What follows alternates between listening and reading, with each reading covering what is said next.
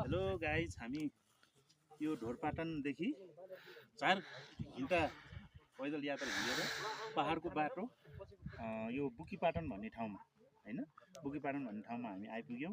अनि यहाँ अति नै राम्रो यो दृश्यहरू हामी देख्न सक्छौँ। अहिले चाहिँ यहाँ यो ढुसी लागेको हुनाले यहाँ कतिखेर के हुन्छ एकदमै यो यस्तो ठाउँ रहेछ। अघि भर्खर उज्यालो थियो, अहिले भर्खर एकैछिनमा ढुसी लाग्यो।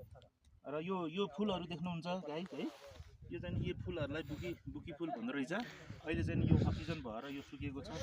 यो सिजनको बेलामा धेरै राम्रोसँग फुल्ने रहेछ। ठाउँमा एकचोटि आउनै पर्छ है। एकदमै यहाँ धेरै राम्रो भ्युजहरू देख्न सक्नुहुन्छ। पहाड, खोला, नाला है, हरियाली एकदमै। यो 4000 मिटर समुद्र सतहदेखि 4000 मिटर 4020 मिटर उचाइमा रहेको यो बुकीपाटन भन्ने ठाउँमा यहाँहरू एक दिन आउनुहोला। हाम्रो नेपालको आन्तरिक पर्यटन हैन, हामीले संवर्धन गर्नुपर्छ, विकास गर्नुपर्छ। तपाईँ हामी सबैजना हुन्छ। हेर न हेर सृष्टिको सुन्दरता, यसलाई बनाउने प्रभुको महानता।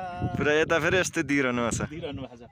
उहाँ डान्सर पनि हुनुहुन्छ, उहाँ गायककार गायकर मात्र होइन, कोरियोग्राफर सबै।